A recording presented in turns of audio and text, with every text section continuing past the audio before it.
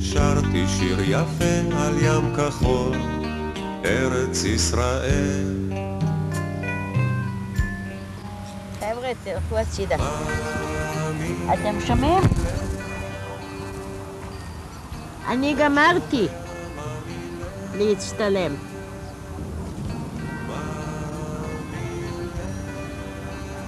נו, אתה יודע למה עושים את זה ככה? שהקנה והגזע יהיו ישרים וטיפה נטייה למערב, כי הרוחות באים דרום מערב. זה הכי חזקות, אחר כך בחורף. ואני מתחילה בקנה, והקשר, תראו איזה צורה זאת. אני יכולה למשוך, אתם רואים? הקנה עכשיו ישרה, אני רואה את זה מעל לסמוכה. השתיל כבר הטוב, קיבל מים.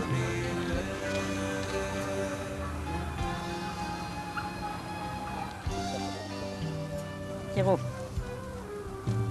כן, איך שזה? בלי אדמה אין עם. לא השתנה אצלי שום דבר בעניין זה, גם שאני כבר כל כך זקנה ועוד כל מיני דברים. הקשר זה בשבילי, אני עכשיו עושה את העבודה הזאת, זה קצת כאין הנשמה. זאת אומרת, זה מרחיב לי את הנשמה שלי. אני מאמינה שאין עם בלי אדמה. אני מרגישה שכל זה יהיה שלנו. באותו רגע שלא נעשה זאת, זה לא יהיה שלנו. אני מאוד מפחדת מחורבן הבית השלישי. אנחנו וגבעת חיים המאוחד היחידים שהיו לנו בקטיף עולי רוסיה, עולים יהודים. העבודה שנעשה, בעבודה זרה, עם כל השלום והכל במקומו, אני בעד זה, אבל את העבודה הזאת, שהיא כאילו שחורה בשבילי, לא, אני אוהבת אותה. אני אוהבת את העבודה. העבודה הזאת אני רוצה שנעשה באצבעות שלנו ובנשמה שלנו, ואז זה יהיה טוב. אני ממש, איך אומרים, פורחת עם כל זה שאני כל כך זקנה. אבל זה מאוד חשוב לי.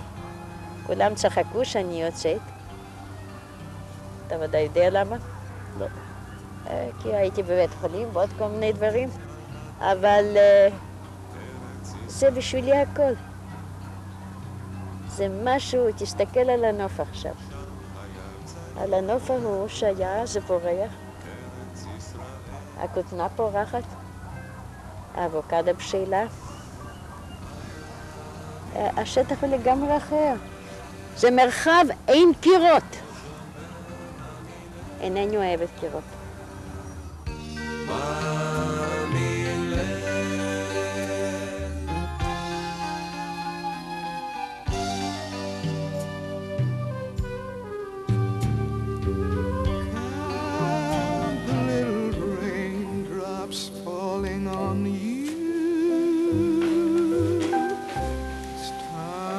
סוזנקה, מה את כותבת לנוגה? זה בזמן הכתיבה התבטא. זה יעלה מהלב על הנייר. מה את חושבת על התערוכה שלך? זאת לא ראשונה. פעם הייתה לי שיחה מאוד קצרה עם נוגה. אמרתי לה שאני מאוד אוהבת קורי עכביש. ואנשים צוחקים, אבל אני אוהבת אותם. היצירות של קורי עכביש, מעט מאוד אנשים יודעים ליצור. יצירות מיוחדות, דמות בתוך דמות, חי בתוך חי, מת בתוך החי, החי בתוך המת. וסיפרתי את זה לנוגה, והיא אמרה, את זה בדיוק אני אוהבת.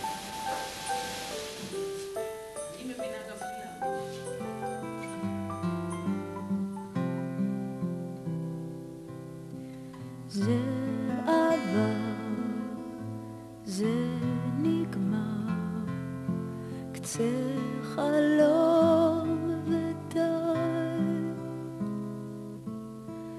כל הזמן שנשב ונצפה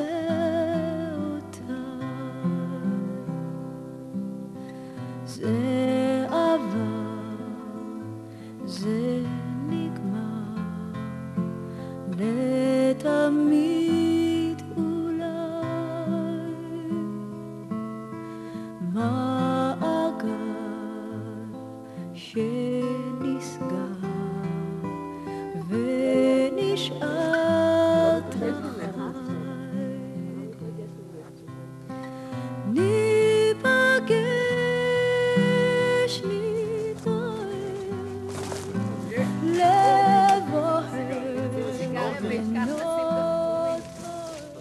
אבל אני בעד זה שהחברים יבואו לשדות.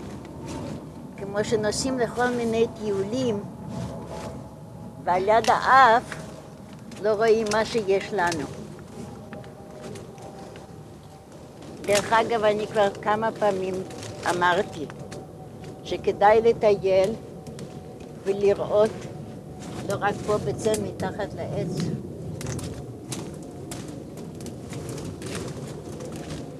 אלא לראות את כל זה, יש לנו, רוב הפרדס הוא חדש, וכדאי לשוחח על זה עם ירון למפרט, או עם אורי. אני מפנה פה את היובש, זה ברור לכם, למה? לא, למה? כי היובש הזה איננו, קודם כל, לא טוב. העץ צריך ללבלב, העץ צריך להיות ירוק, לפרוח,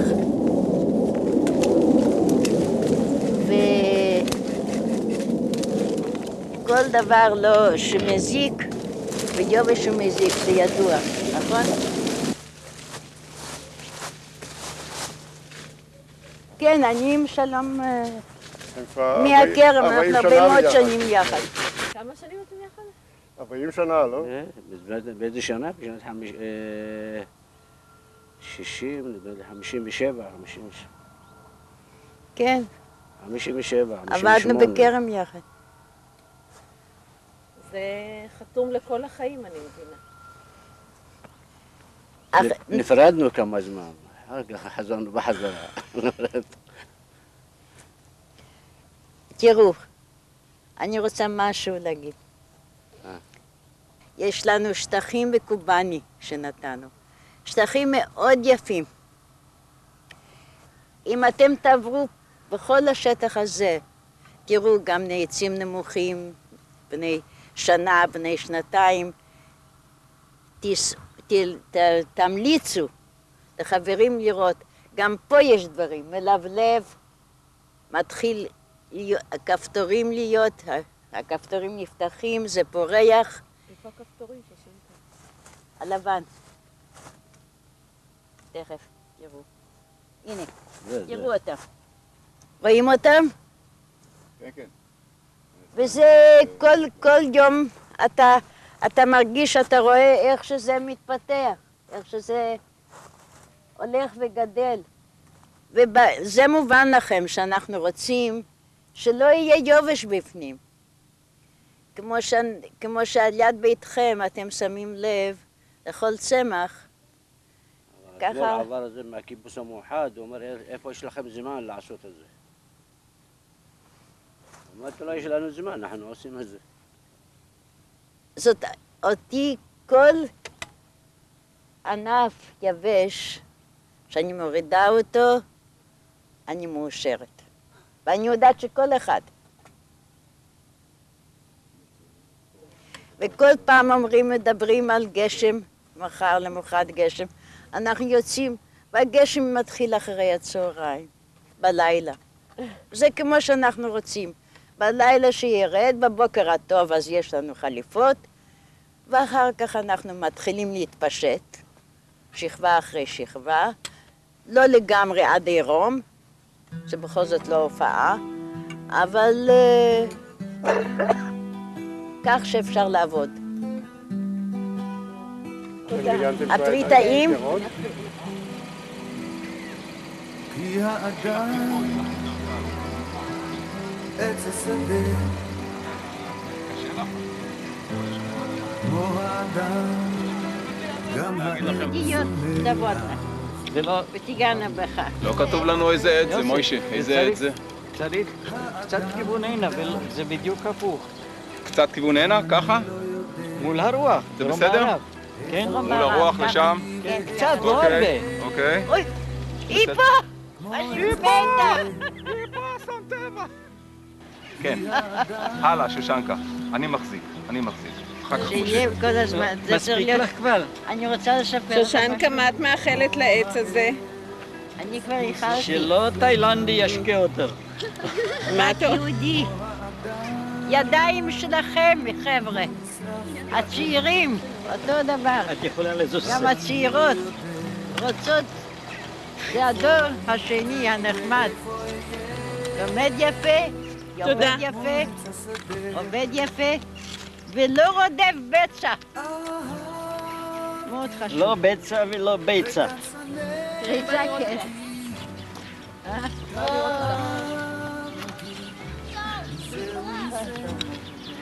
שאלו את הזקן למי הוא נוטע. יש אדמה מסביב, די. מוישלה, בן כמה אתה? 86. מבוגר ממני. ואת שושנקה. בת כמה את? השנה יהיה 90. כמו עץ השדה כי האדם אתה יודע, כשהקבלנים בפרדס הראו לפועלים איך לעשות את זה, אז הם אמרו, טוב, 5 דקות, גם אנחנו יכולים. נו, יאללה, התוצאה? מה את אומרת? הלכתי לישון קצת התאמנות. ב10 בערך. החבר'ה הלכו, היו הצעירים, הלכו, והמיטה כבר הייתה חמה, זה חשוב מיטה חמה. ונכנסתי וישנתי, חוץ מ3 הפסקות בלילה, זה בכלל לא מפריע לי.